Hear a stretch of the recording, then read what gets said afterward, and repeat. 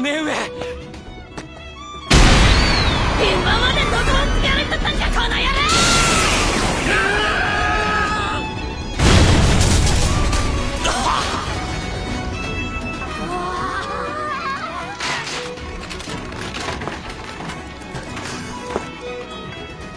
おい。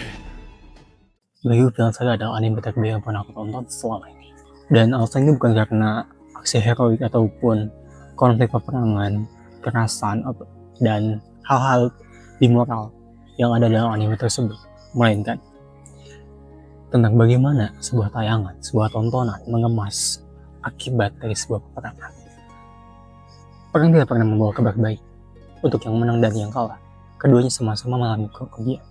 Hanya saja kerugian yang tangguh mungkin akan berbeda, tapi terlepas dari hal itu, yang menanggung akibat dari peperangan bukanlah kerajaan, bukan sebuah negara, bukanlah sebuah ras, melainkan orang kecil, masyarakat, petani, atau mungkin prajurit-prajurit yang sejatinya tak ingin mengangkat pedang, tapi dipaksa dengan berbagai janji sebuah kemenangan. Dalam cerita ini kan melihat sosok Thorfinn, anak dari Thors, tapi aku akan lebih menyoroti pada Thors itu sendiri.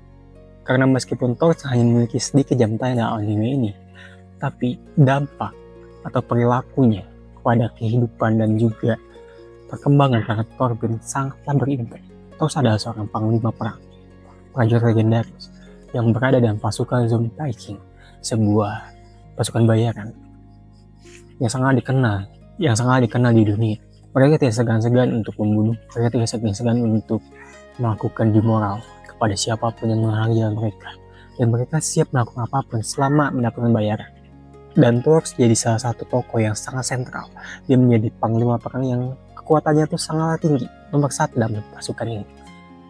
Namun, berbeda dengan prajurit lain, ataupun orang-orang yang sudah berada di dalam kasta tertinggi, yang sudah mendapatkan kedudukan yang sangat tinggi, Thors memilih keluar dari zona itu. Orang-orang yang tidak mengetahui nasibnya mengatakan bahwa dia adalah seorang pahlawan.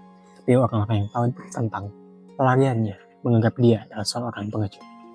Dan disitulah menariknya, Thors tidak memperdulikan cap orang lain terhadap dirinya.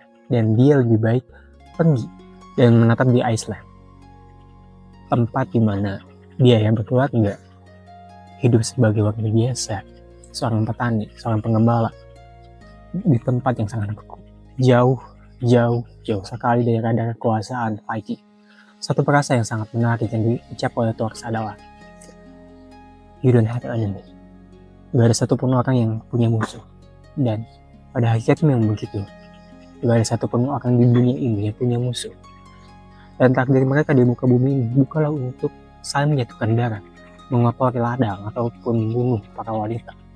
I don't have an enemy, saya merasa atau secara makna mungkin dimaknai dengan hal yang naif.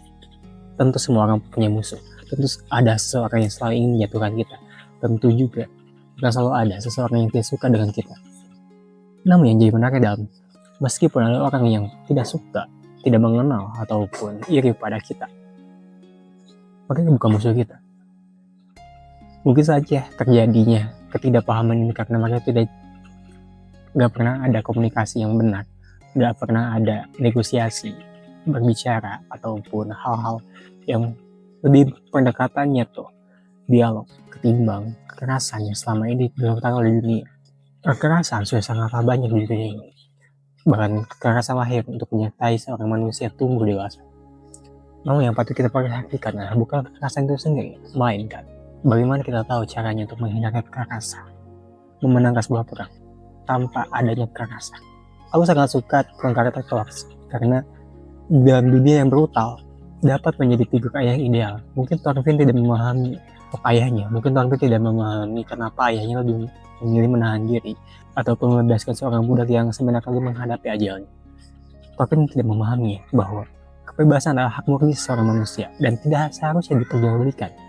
Namun karena di dunia yang sudah terbiasa dengan label bahwa ada manusia yang bebas dan ada manusia yang diperuntukkan sebagai budak, Thors hanya memiliki catatan pendek, aksi pendek dalam serial tersebut, perasaannya, nilainya, hidup, sampai ke season 2, bahkan ke dalam manga akhir. Oleh karena itulah sebabnya aku sangat menyukai Vinland Saga. Dan akan selalu mengatakan bahwa ini adalah anime terbaik yang pernah aku tonton seumur hidupku.